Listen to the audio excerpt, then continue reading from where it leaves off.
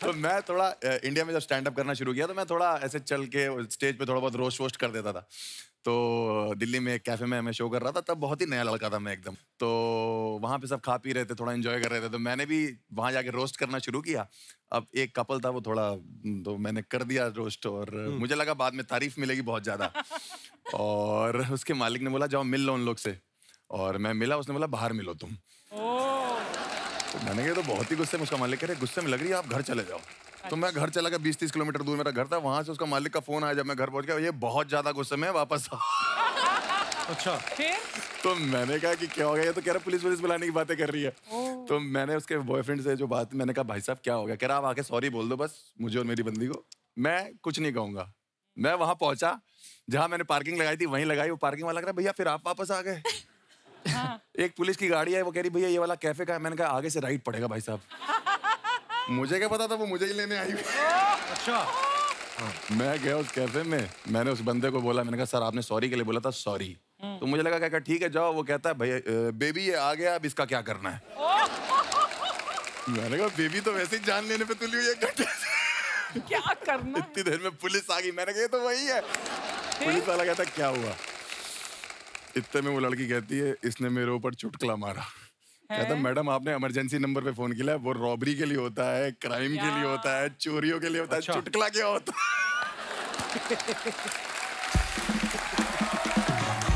मैंने कहा सर आप समझाओ, आप बताओ, मैं अभी नया लड़का हूँ, मेरा करियर खराब हो जाएगा ये वो। मैंने कहा मैं क्या करूँ। आप कहता सॉरी बोल दो।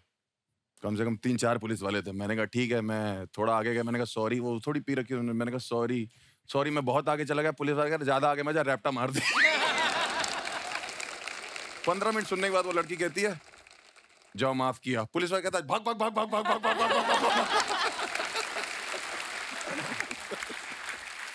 हर्ष कभी ऐसा हुआ कि आपने कहीं, आपने तो पूरी मेहनत से परफॉर्म किया हो जी, और सामने ऑडियंस ने रिस्पॉन्स ना दिया हो, रिस्पॉन्स कोई आया ना हो, फिर घर जाके आपने इंजीनियरिंग वाली डिग्री साफ की हो कि इसकी तरफ ट्राई करते हैं, वो होता है ऐसे, कभी हुआ है? पाजी ये बात किसी को नहीं पता कि मैंने अपनी जो नौकरी है, हाँ, वो अच्छा खासा फेमस होने के बाद छोड़ी। अच्छा। मैंने अभी थोड़े टाइम पहले नौकरी छोड़ी। अच्छा। सैलरी आ रही थी मेरी बकायदा, मतलब मैं वो अलग से रखता था, मम्मी पापा को देता था कि वो चू करते थे। नहीं तो चू इंडियन है ना, सैलरी की जरूरत होती है, एक बैकअप रहना चाहिए जेब में। अमृतसर पाजी मैं शो करने गया। अच्छा, मेरे शहर में? आपके शहर में पाजी अलग ही शहर है, वहाँ सिर्फ खाने का माहौल है और कोई माहौल ही नहीं है। मजा भी आता है अमृतसर जाके। पुलिस बहुत बढ़िया पाजी वहाँ की। पुलिस? पुलिस बहुत बढ़िया। मैं अमृतसर में लैंड किया या पता नहीं शो करके निकल रहा था वहां से। तो जैसे सिक्योरिटी होता है ना, सिक्योरिटी से बाहर निकल रहा था, तो एक पुलिस वाले पाजी वो सीएसएफ वाले पहचान गए। कहते अरे पाजी बहुत बढ़िया यार, पाजी वीडियो देखदा मैं थोड़ी, बहुत बढ़िया, थैंक यू। मैंने कहा थैंक यू पाजी, बहुत शुक्रिया आपका।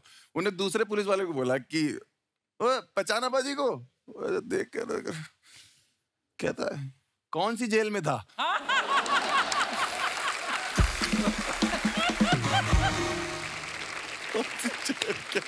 बहुत बढ़िया पुलिस है। अच्छा, जैसे भुवन की सीरीज की हम लोग बात कर रहे थे ना, जिसमें इनका एक डायलॉग है कि औकात से बाहर जाके काम करना या अपनी कैपेसिटी में, जैसे उन्होंने कहा कि मैंने स्काई डाइविंग की, कि सोचा नहीं था कभी करूंगा और वो न्यूज भी पढ़ूंगा। ऐसी बहुत सारी चीजें होती हैं, कभी कभी हम सोचते हैं कि यार शायद हमसे नहीं होगा, लेकिन करने का जज्बा कहीं ना कहीं से अंदर से आ जाता है। आप सबसे मैं जानना चाहूंगा कि आपने कभी कोई ऐसा काम किया जो आपको लगता है कि मेरी कैपेसिटी से बाहर की बात थी, तो आप अपने विचार पेश कर सकते हैं। जी मैडम। हेलो कपिल। हेलो जी, हेलो नमस्ते। MC friend. Hello everyone, my name is Mahi. Mahi कहाँ से आए आप? बॉम्बे से। अच्छा, कितना टाइम लगता है बॉम्बे से इधर आने में? जी भाई, माही बहुत बहुत स्वागत है आपका। ये आपके साथ कौन आए हैं? मिस्टर हस्बैंड है मेरे। अच्छा जी, क्या हाल है सर? बहुत बहुत स्वागत है। जी, तो क्या क्या कहना चाहेंगे आप? सर हमारे साथ भी ऐसा कुछ हो चुका है। अच्छा जी। हम गए थे एनिवर्सरी सेलिब्रेट करने के लिए शिमला मनाली, फिर वहाँ से दिल्ली आए। एक्चुअली मैंने इरफान जी को बोला था कि मुझे दिल्ली से अभी आगरा भी जाना है। इरफान जी कौन? हमारे हस्बैंड इरफान जी। अच्छा, आपने बताया नहीं पहले नाम ना। अच्छा,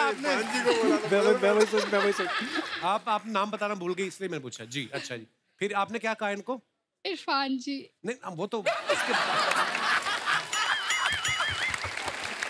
उसके बाद क्या कहा आपने?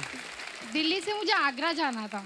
अच्छा जी। ठीक, तो इरफान जी ने कहा नहीं अभी आगरा नहीं जाना है, अब यहाँ से सीधा बॉम्बे चलो, बहुत अच्छा लंबा टूर हो गया, अब कहीं नहीं जाना है। अच्छा जी। तो फिर वही बात हो गई ना, मैंने बोला कि अब तो मैं आगरा जाके ही रहूंगी। अच्छा जी। फिर उन्होंने बोला, इरफान जी ने बोला, अगर तुम्हारी कैपेसिटी है तुम अब जाके दिखाओ आगरा।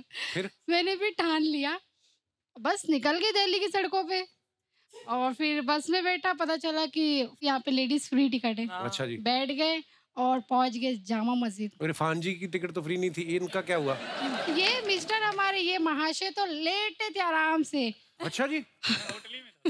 अच्छा, हनीमून हो चुका था ना आपका?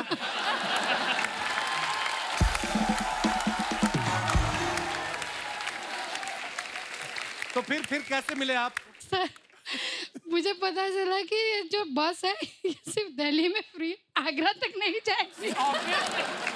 ये बात इनको भी पता होगी कि कहीं भी चली जाए घूम के वापस तो आएगी। तो फिर गए आगरा के नहीं आप?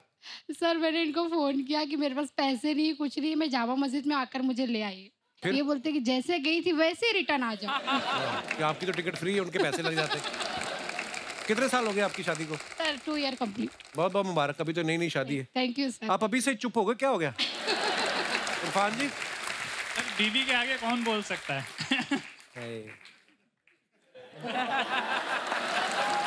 आपके लिए हमारी सद्भाव। चलिए जी, बहुत अच्छा लगा आप हमारे शो पे आए, धन्यवाद जी। ओके, शुक्रिया। और कोई हमारे दोस्त? जी भाई साहब, क्या तकलीफ क्या है आपको? Hello. Hello Kapil sir. Hello. Hello everyone. Hello. ये एवरीवन है, अर्चना जी हैं। सब। क्या नाम है ब्रदर आपका? Amit Mishra. I am from Delhi but अभी रिसेंटली मैं बॉम्बे रिलोकेट हुआ हूँ। मैं दिल्ली में इंटर्नशिप करता था, तो वहाँ पे औकात से बाहर एक ऑफिस में एक लड़की थी। अच्छा। तो हमें पूरे स्टाइपेंड मिलते थे उस टाइम पे 4000 रुपए। अच्छा। और पटेली मारने के लिए हमने बोल दिया, दिल्ली की एक बहुत क्या बड़ी- मारने के लिए? पटेली मारने के लिए। वो क्या होता है? ऐसे ही फेंकने के लिए। फुकरी हाँ, फेंकना। अच्छा। देखने के लिए। अच्छा। फेंकने के लिए हमने बोल दिया कि डेट वगैरह और घूमने के लिए। उस तो लड़की मॉल को? गए। हाँ, उसको दिल्ली अच्छा। में एक अच्छा मॉल है, वहाँ गए। मॉल में जाके जब वहाँ पे गए तो एक बड़े ब्रांडेड शॉप में वो ले गए। अच्छा। तो वहाँ शॉपिंग का बिल हुआ था 12,000 रुपए। उस टाइम पे मेरे पास मेरे दोस्त का क्रेडिट कार्ड था। मैंने उससे बिल तो पे कर दिया, लेकिन वो गर्लफ्रेंड नहीं बनी, अब तक का उसका इंस्टॉलमेंट मैं पे कर रहा हूँ। तो फिर वो लड़की कहाँ गई? वो लड़की अभी पता नहीं कहाँ है, बट जब सोचता हूँ उसके बारे में तो 2 लाइन याद आती है। क्या? 12 और 1000। अच्छा, क्या याद आता है आपको? एक पल में एक सदी का मजा हमसे पूछिए, दूजे पल की जिंदगी की सजा हमसे पूछिए। भूले हैं रफ्ता रफ्ता उन्हें मुद्दतों में हम, किस्तों में खुद खुशी की सजा हमसे पूछिए। वाह। आगाज आशिकी का मजा आप लीजिए, अंजाम आशिकी की सजा हमसे पूछिए। वाह। वाह। जीते रहिए। शुक्रिया Mishra ji. Thank you sir. और कोई हमारे दोस्त? जी भाई साहब, माइक दे दीजिए भाई साहब को। Hello Kapil sir. हेलो बाजी, क्या हालचाल? Hi everyone. मेरा नाम अनमोल है और ये मेरी धर्मपत्नी हरप्रीत। हेलो जी, वेलकम वेलकम। हमारी 3 दिन पहले ही शादी हुई है। हैं? अरे बहुत बहुत मुबारक। Thank you everyone. और आपका शो देखने के लिए स्पेशल यहाँ पे आए हैं। हाउ स्वीट यार, नहीं तो शादी के तो हफ्ते तक तो आदमी घर से बाहर ही नहीं निकलता। आप 3 दिन हुए और आप शो देखने आए हुए हैं। जी सर। बहुत बहुत मुबारक आपको शादी की। जी अनमोल जी। जैसे कि आप बात कर रहे हो औकात से बाहर वाली बात, तो एक छोटा सा किस्सा है मेरी जिंदगी का। अच्छा जी। मैंने जब इनको पहली बार देखा था ना, हाँ। तो मेरे को ये बड़ी हाई फाई क्लास की लगी। मेरे अच्छा। को लगा ये मेरी औकात से बाहर ही है। फिर ये मेरे अंडर ट्रेनिंग में थी, तो 5-6 महीने नोटिस किया, बातचीत की, फिर इनको मैंने प्रपोज कर दिया। ट्रेनिंग में मतलब आप जहाँ काम करते हैं? हाँ बिल्कुल तो सर। आपने इनको बीवी बनने की ट्रेनिंग दे दी?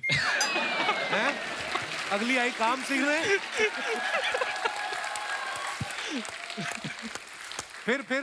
फिर मैंने इनको सीधा प्रपोज किया। अच्छा। तो इन्होंने बोला भी अकेली प्यार करने की औकात है या शादी करने की भी औकात है। अच्छा। तो मैंने कहा शादी करने की भी औकात है। तो इन्होंने मेरे से प्रेशर और डाल दिया मेरे ऊपर कि अगर शादी करनी है ना तो मेरे घर वालों से बात करो। वो अच्छा। मेरी कैपेसिटी के बाहर था। हाँ। क्योंकि इनके घर वाले मेरे को पता मानेंगे नहीं। फिर भी मैंने क्यों नहीं मानेंगे? क्योंकि ये सरदार लोग और हम हिंदू अच्छा थोड़े से, तो फिर मैंने थोड़े से हिंदू क्या? देखिए, इश्क थोड़ी ना देखता है फिर। हाँ बिल्कुल सर। फिर मैंने अपनी सासू माँ को कॉल किया साथ के साथ और उनको बोला, थोड़ी सी हाय हेलो करने के बाद भी मैंने आपकी बेटी से शादी करनी है। वो एकदम से हैंग हो गई 2 मिनट के बाद। मतलब वो सोच में पड़ गई भी क्या जवाब देना। तो 2 मिनट बाद जवाब आया मेरे को, अच्छा आपको शादी करनी है इनसे? तो आपने नहीं की? तो मैंने कहा हाँ। फिर इन्होंने कहा अच्छा बेटा मैं इनके पापा से बात करके ना आपको बताऊंगी। 1-1.5 साल तक यही चलता रहा। बताते हैं बेटा, सोचते हैं। इनको लगा था भी ये भूल भाल जाएंगे, बच्चे हैं तो भूल जाएंगे। लेकिन हम लगे रहे और इन द एंड हमारी शादी सक्सेसफुल हुई। चलिए बहुत बहुत मुबारक brother. Thank you sir, thank you. एक बार जोरदार तालियां हमारे मेहमानों के लिए। आइए। Thank you for coming bro. बहुत बहुत मजा आया। Thank you, thank you, thank you, thank you Dolly, thanks a lot, thank you Harsh, thank you Bhuvan, love you bye, love you bye, love you bye. जोरदार तालियां हो जाए हमारे गेस्ट के लिए। और शुक्रिया आप सबका भी जिन्होंने इतने प्यार से आज की शाम को एंजॉय किया। और दोस्तों हंसते रहिए, मुस्कुराते रहिए। हर शनिवार रविवार हमसे